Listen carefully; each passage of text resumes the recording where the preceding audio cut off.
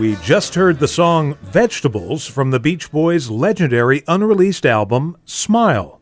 By the way, Paul McCartney is featured on that track chewing celery in time to the music. Now, that song would appear in a very different form on the album the group released in place of Smile, after Brian was either unwilling or unable to piece together all the fragments he recorded for the album. That Doppelganger album was called Smiley Smile. Now, in order to follow along with this discussion, you have to remember two things. Smile was a grandiose symphonic production with all the bells and whistles, and it didn't come out in 1967. Smiley Smile was this homegrown, grassroots, minimalist audio hangout with the Beach Boys, and it did come out in 1967.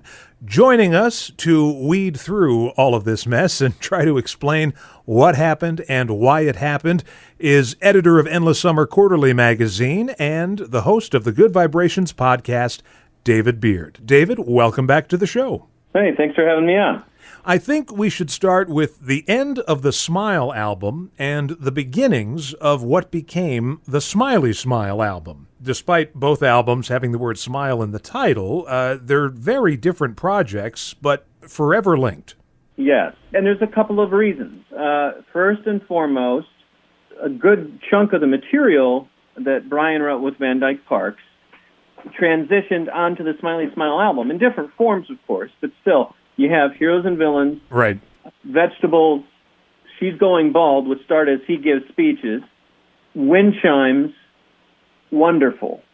And there are two things that, can't remember exactly how much we've gotten into this before, but two things happened that kind of led to, and some people may say, well, it was the drugs too, and I don't know how much of that really played into the shelving of Smile. But there's a couple of things that happened. You get into early '67, David Anderle had to go to Brian. He had been appointed in charge of Brother Records. He had to go to Brian and have Brian stop the recording sessions for Smile and say, Capitol is demanding a new single. Right.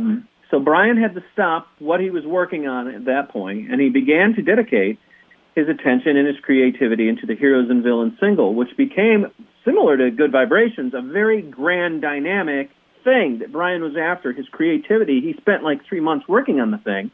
He was kind of going down that same road that he did with Good Vibrations, and then he got to the point where he decided that he wasn't going to work on Heroes and Villains anymore. Right. And then he dabbled with some of the other material for Smile, and then he turned his focus to Vegetables. So now you're getting into the spring of '67, and uniquely, Paul McCartney comes by on April 10th, 1967. No one's exactly sure of what studio that is, so I'm not going to guess.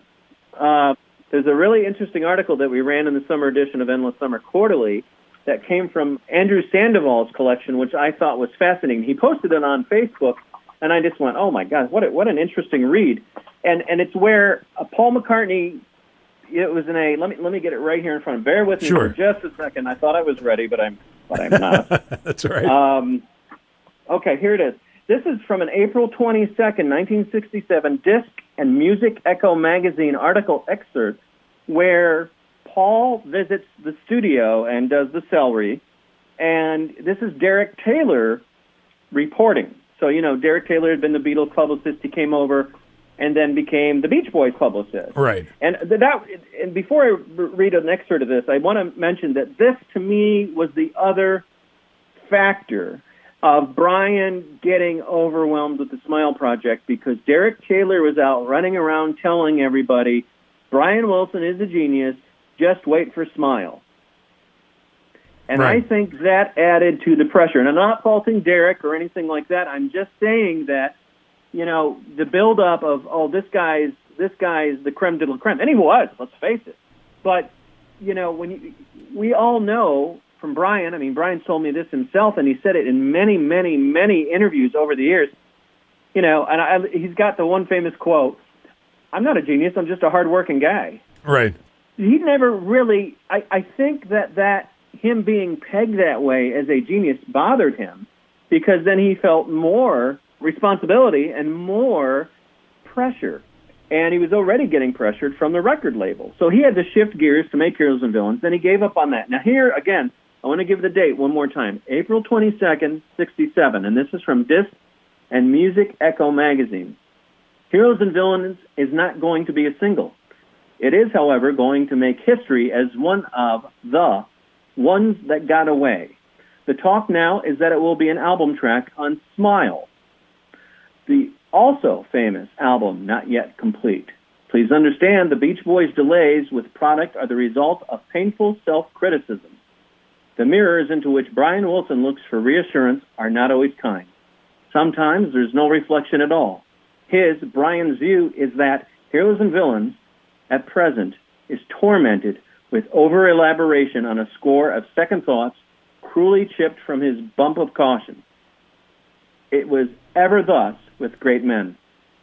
The title of the new single, Vegetables, a light and lyrical day-to-day green grocery song on which Al Jardine sings a most vigorous lead.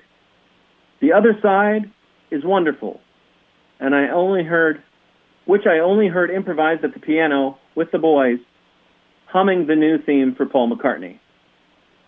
So here we are. This is April 22nd. Derek Taylor is still saying Smile's coming out. He's saying the next single is Vegetables with Wonderful as the B-side. And Heroes and Villains is not happening. Yeah. So now what we know happened, Vegetables gets shelved. And what Brian told me in the recent interview that's in the summer edition is they took a group vote. And the group told Brian, he said, I want to do Vegetables as a single, and they voted it down. Right. And said, let's go with Heroes and Villains. And the reason I'm talking about this is to write up to the present of what Smiley Smile became and the reasons it became what it did. Brian had gotten a Baldwin organ from his father. His father, as a gift, bought him a Baldwin organ.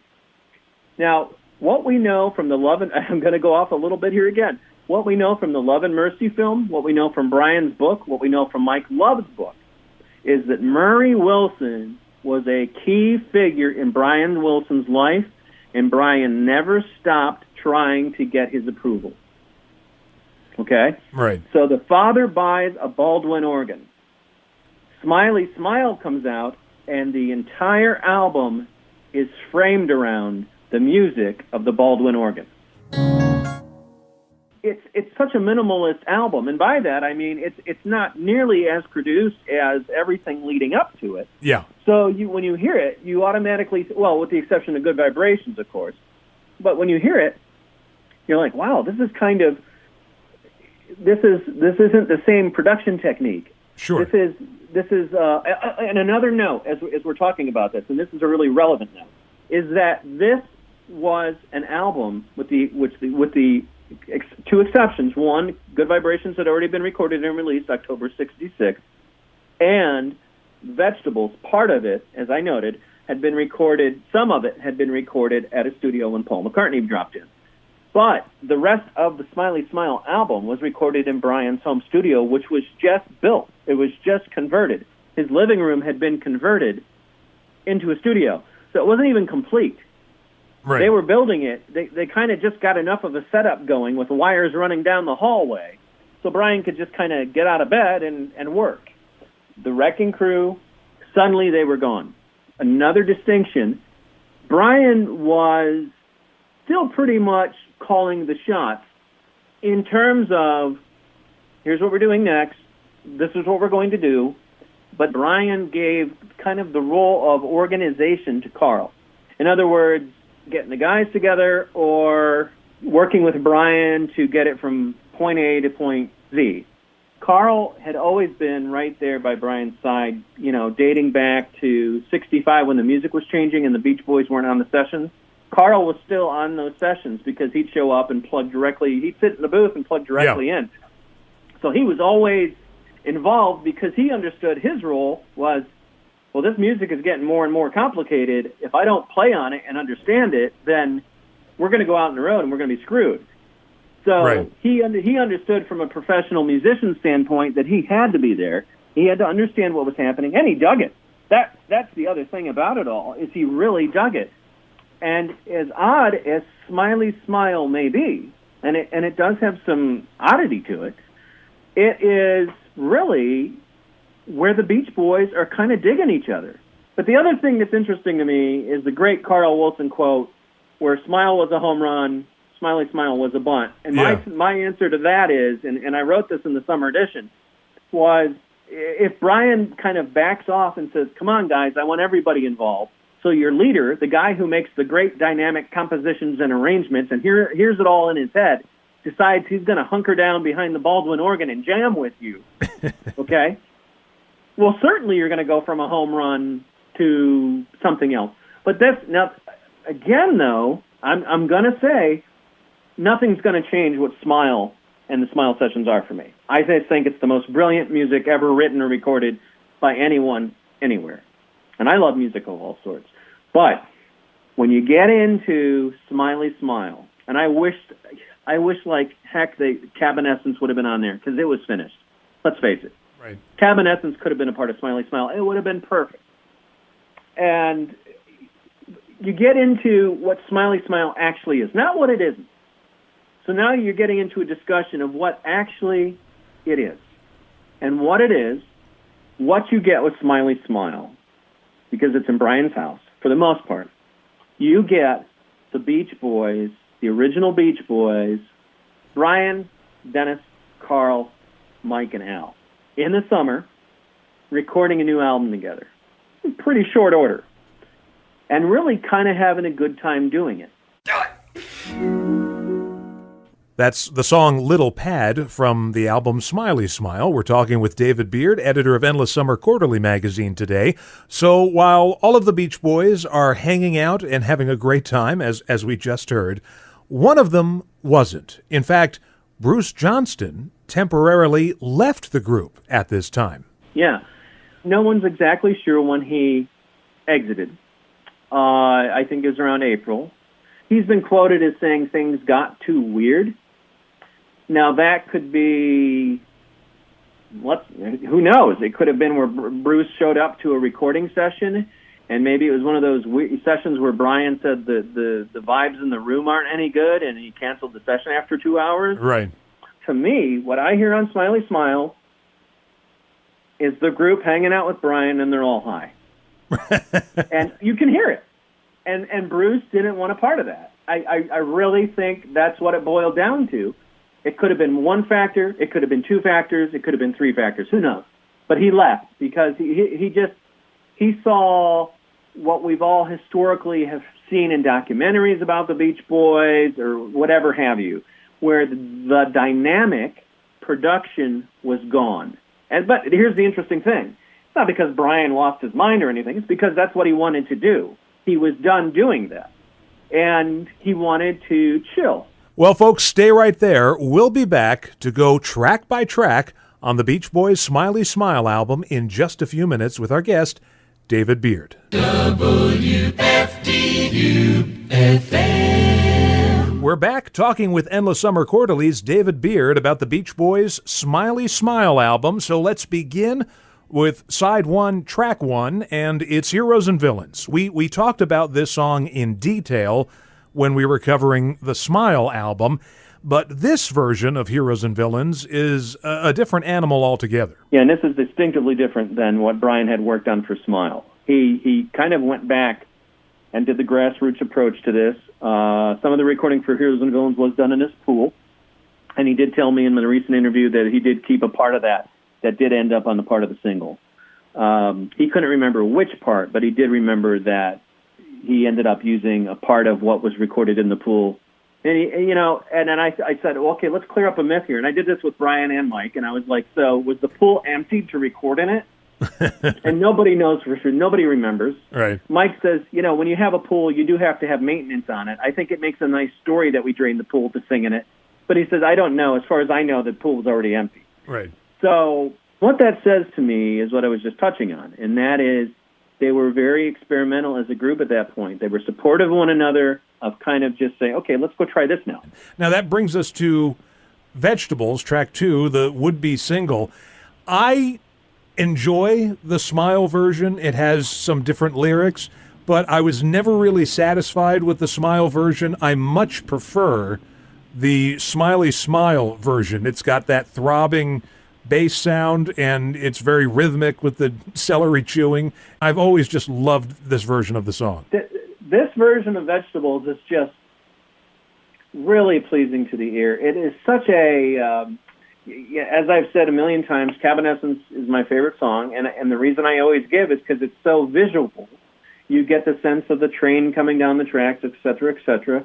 The spikes are pounding for the railroad track. Vegetables is incredible because you've got actual vegetables being chewed.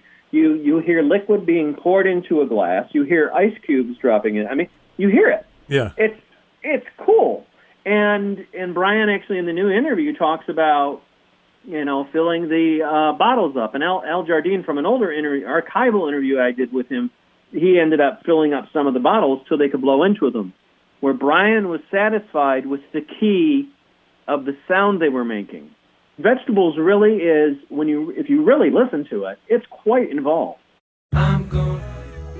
Track 3, Fall Breaks and Back to Winter, the Woody Woodpecker Symphony, which had its origins in the track Mrs. O'Leary's Cow on what would have been the Smile album. It did, and somewhere along the way, Brian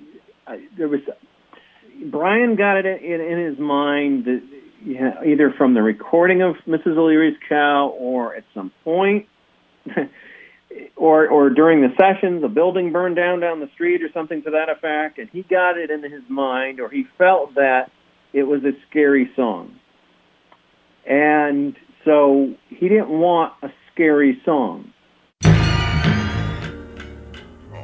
We're talking with David Beard, host of the Good Vibrations podcast and the editor of Endless Summer Quarterly magazine, as we go track by track on the Beach Boys' Smiley Smile album of 1967. Now, obviously, we're not playing every single song on this record, just a few here and there, but we definitely have to play this next one because as much as Mike Love has this reputation as the guy who didn't like the Smile material, he thought it was too far out, well, on this song, She's Going Bald, Mike is featured prominently, and if anything, this might be the weirdest song that the Beach Boys ever recorded.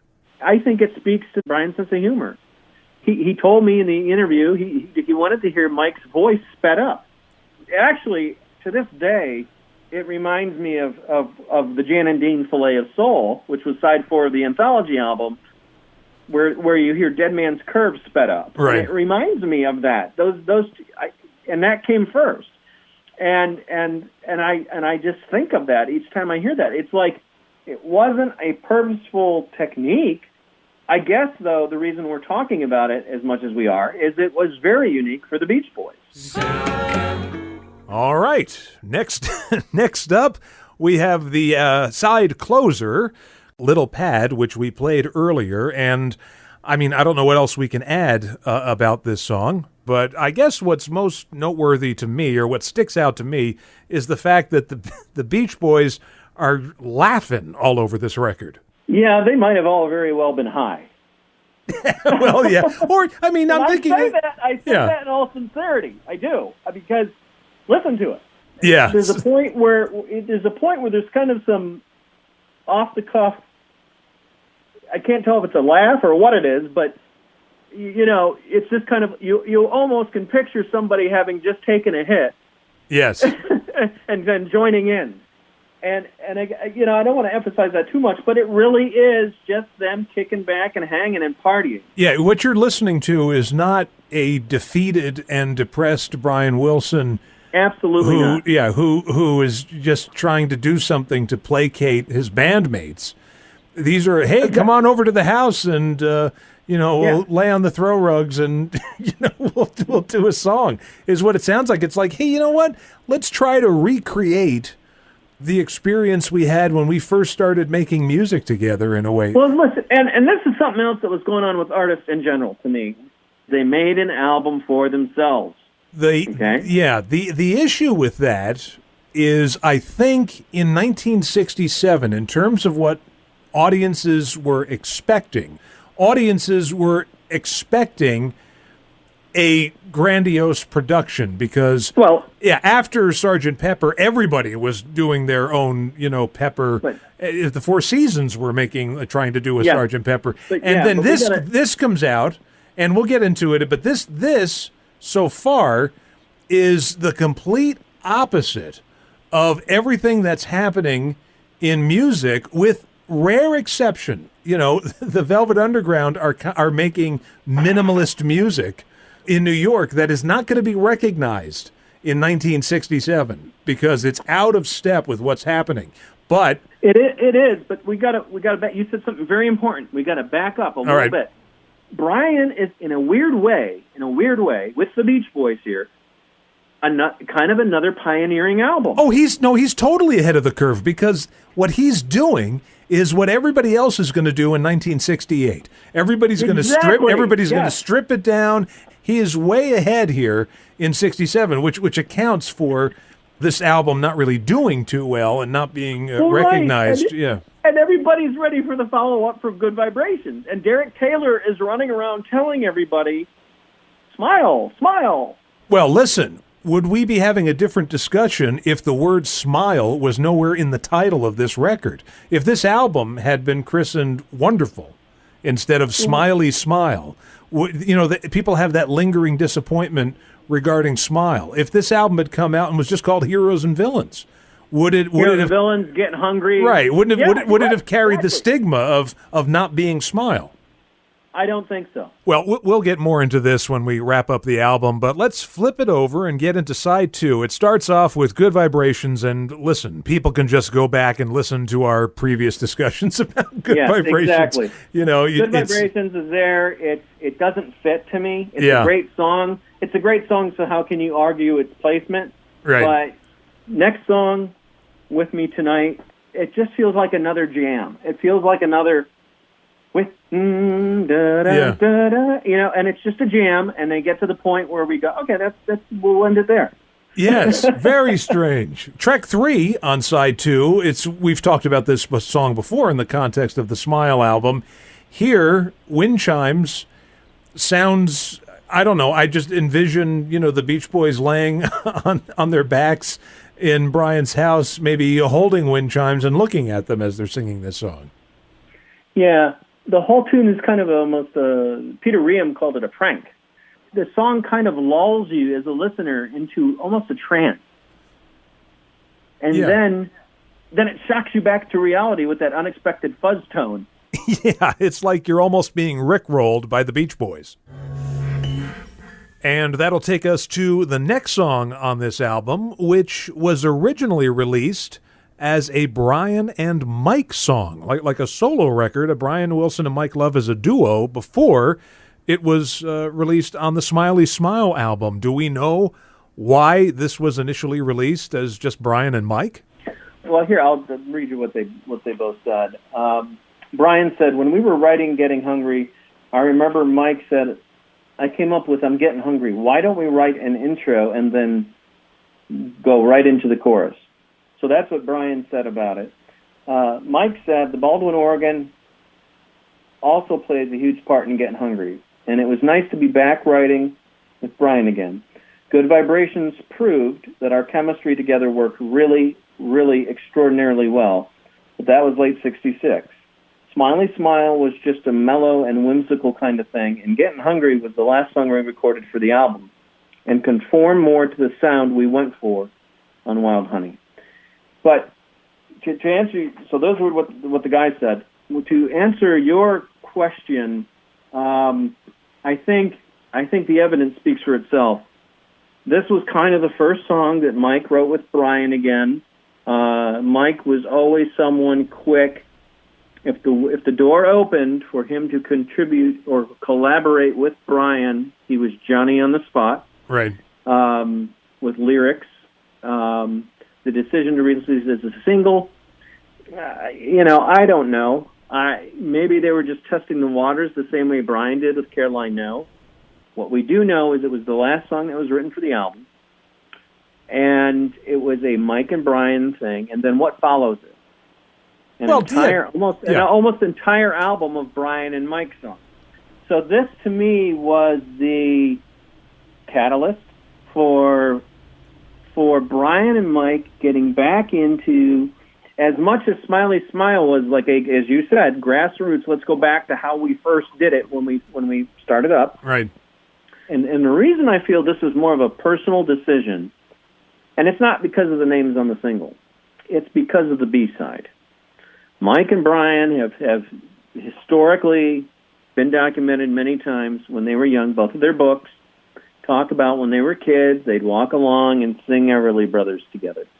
And what do we have as the B-side? Sure, Devoted a party to You. album cut of Devoted to You Yeah. by the Everly Brothers. Well, let's hear a live version of Getting Hungry. This is off the new Sunshine Tomorrow set. This is from August of 1967, the Beach Boys live in Hawaii.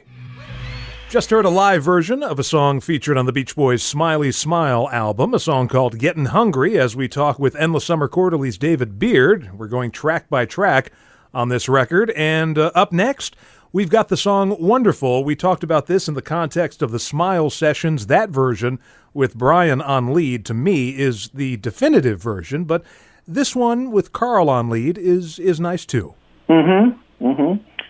Yeah, what was interesting listening to the new 2 CD set, Sunshine Tomorrow, for me, was listening to just the track of this. Because all these years, these years of hearing this version, I did not ever realize that middle section where they're doing, hey, ba, Yeah, ba, loo, ba, yeah. I didn't realize that was the Heroes and Villains music under there. Oh, okay. I never heard it. I could hear music going on behind, but it's so buried. To hear the track was a revelation for me. We get to the closing song. Whistle In, going out on a very low-key closing song because it's basically a chant, which Brian was very much into in 1967 and late 66, these sort of chant-like vocals. I don't know if it would work on any other record in their catalog. You know, it kind of has to be on this record. What are your opinions on Whistle In? Just, again, it's so minimalist. It's so gentle. It's so, I mean, the chant, remember the day, remember the night, all day long, whistle in. It's just kind of this Zen thing. You know, Mike, and I included this in my recent podcast when Mike talked about the Smiley Smile album that I put up. You know, he talked about how he had read back then when the album came out how they were playing the Smiley Smile albums at facilities where people were having bad acid trips and stuff, and they Right. needed help coming down, and they would play the Smiley Smile album, and it would help them through it.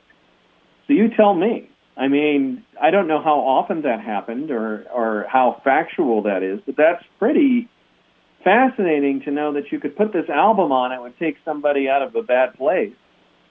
That's kind of powerful. Very cool. Well, let's take a look at the cover. We always talk about the cover art, and much like the group's previous record, Pet Sounds, you've got animals on the cover of a Beach Boys album, although it's a different sort of cutout collage here, and it's an interesting album cover. Yeah, I think probably the perfect title for the album would have been Little Pad. Yeah, you're right. I mean, there's a little pad. It is a little the album pad, cover. yeah. Yeah, I mean, and it looks like it could be Hawaii. So, I mean, it's almost like that painting matches that song. And the flavor and the vibe of the album. I mean, it's almost like the Fall Breaks piece, too, because it's atmospheric, as Right. is Vegetables. Vegetables is atmospheric. And this whole album is, I think that's a good word for it. The whole album is very atmospheric. The record is released in September 1967, and as I mentioned earlier, the music community was off in a different direction, and the Beach Boys were sticking out like a sore thumb in terms of what people really wanted. Not everybody, but for the most part, the album, it didn't crack the top 40. It stalled at number 41. It was their lowest selling record to date at that point. Reviews mixed, to be kind. People were very disappointed in this record, and I have to think that some of it was residual disappointment because they thought it was going to be Smile. They had read so much about it. There's the word Smile on the cover. It's understandable. I think that's 90% of it. All the press leading up to it, it's got the word Smile on the cover. Oh, yeah. Smiley Smile could mean it's even more brilliant. And you're looking at titles, and you may have seen those titles in articles. Oh, there's a song called Wonderful. There's a song called, and this is it. This is that album I've been reading so much about. And here's Good Vibrations. And I remember when in the ad that I saw in January, it had Good Vibrations going across the top. This must be it. Right, and you get it home, and then, here are the guys laughing during Little Pad. And you're thinking, what is going on here? This is not what anybody was telling you about. Yeah, it's almost like you're putting a Beach Boys album on and the joke's on you. Yeah, pretty much. Pretty much. But the thing is, that's the beauty of this album. And again, had this been called anything else, and I still think Little Pad's the appropriate title, people would not have. But again, you and I, it's so easy for us to kind of toss these ideas and stuff around. But the fact to me, not the opinion, the fact that everybody, Smile was talked about, Smile was promoted, and again, from the excerpt I read you earlier, as late as April 22nd, 1967. Derek Taylor is still talking about Smile. So for this other thing to come out, people are like, well, okay, as you said, this must be it. They get home, they put it on, and they listen through, and they go, what was that? Right. Is that this great follow-up to Good? I mean, Good Vibrations is on here. But again, I do think that's why it didn't do any better, because it was not Smile. The charts, the reaction, everything was based around the fact it wasn't Smile. So that's why I'm glad we're having this discussion now about what it actually is. Yeah, I had this record before I even knew about Smile. I didn't know what the story was with the Smile album. I took this at face value, and I liked this record right from the start. I thought, this is like the Beach Boys' weird record. I'm so excited to hear this, and I was totally into it. And I have to admit that learning about the Smile material and hearing it did color, even in retrospect, did color my opinion of this album. And we're kind of all doing it a disservice. But again, that just speaks to the brilliance of what the Smile material is. Yeah. Well, we just talked for nearly an hour about this Smiley Smile album, and I have to think that Smiley Smile is the focus of the latest issue of Endless Summer Quarterly. Yes. As I've mentioned during our discussion, I got new interviews with Brian and Mike about the period, and I had some really great archival quotes from Al and engineer Steve Desper from 10 years ago. Normally when I do a Q&A in Endless Summer Quarterly magazine, what I do is I do that as its own feature. But I got such an interesting article from Peter Riem that I used the interview Q&As and just took the answers and referenced them to the period and made their own separate pull quotes and stuff and incorporated them throughout Peter's article. And it really worked well with the flow of what you were reading from Peter with what the guys were saying about the material and the time and the period. So it worked really well. And it was just a different approach. And since Smiley Smile was recorded in modular components, I thought, why not put it together visually in modular components? Okay. So that was that approach. And also, Malcolm Seals, he's got a great free thing up on Facebook that's, the history of all the different Beach Boys album covers. And so he was kind enough. I reached out to him because I really like his stuff. And I just was hoping to incorporate a little bit of his research and stuff. And so that followed the Peter article with the guys' quotes. And then that's followed by, which fills out the rest of the edition, with kind of a panel discussion on the Sunshine Tomorrow 2-disc set with the guys who put it together. So it's a four not the standard Q&A. It's more of a discussion with myself, Alan Boyd, Mark Lynette, and Howie Edelson. Howie wrote the liner notes about the period for the group. Right.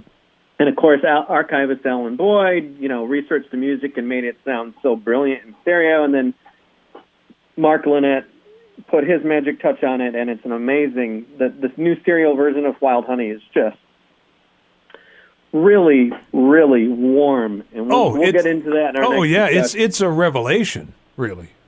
So that's kind of summer edition and the fall edition. A few things going on. First, Brian's got a solo compilation coming out with a new song on it.